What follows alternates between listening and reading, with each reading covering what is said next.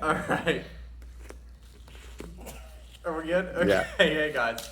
So we're talking about basically in our scenario, what if I was passing Rob and instead of getting to his back, Rob managed to get his back to the floor and avoid me taking his back.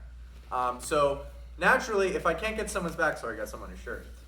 If I can't get someone's back, I want the next best thing, which is mount. So in order to mount Rob safely, because he's so much bigger and stronger than me, I have to be very, very careful about how I do this mount and how I methodically approach it. Because if I do it wrong, he's probably going to sweep me. He's strong enough to sweep me with, like, I don't know, one of his fingers, right? So that's not good. So how am I going to control Rob?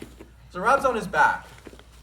I'm going to make sure, first of all, that I have my knees right up against Rob. I don't really want to be like out here all like loosey-goosey about this. I want to have my knees up against him like wedges. I want to look for my far side underhook, and I want to look for this grip under his head.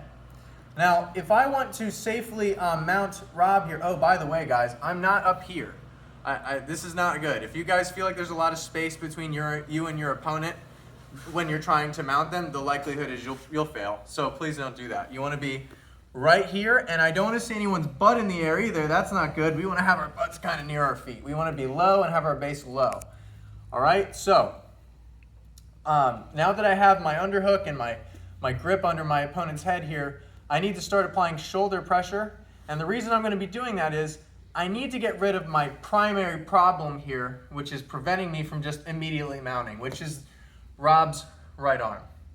The reason that I can't just mount from here while Rob's arm is sitting here against my hip is because if I try to, Rob will just put me into his half guard and my attempt at mount will have backfired. I'll have moved backwards in the positional hierarchy, which I don't want.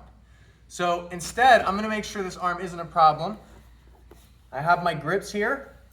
Now I'm going to take my shoulder and I'm basically going to start with it on his chest. Now I'm going to move diagonally this way to make sure Rob's looking away from me. And I'm squeezing here.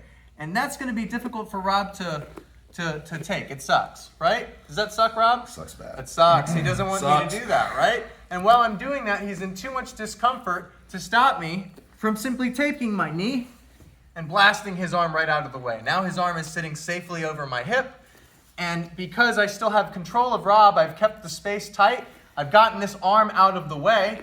I can just easily take my knee, drive it over Rob's torso and against the floor, and then you'll notice this kind of windshield wiper movement I'm going to do with my right shin.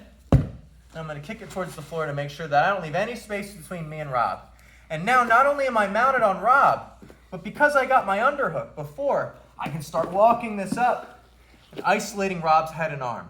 And I've left myself in a great position.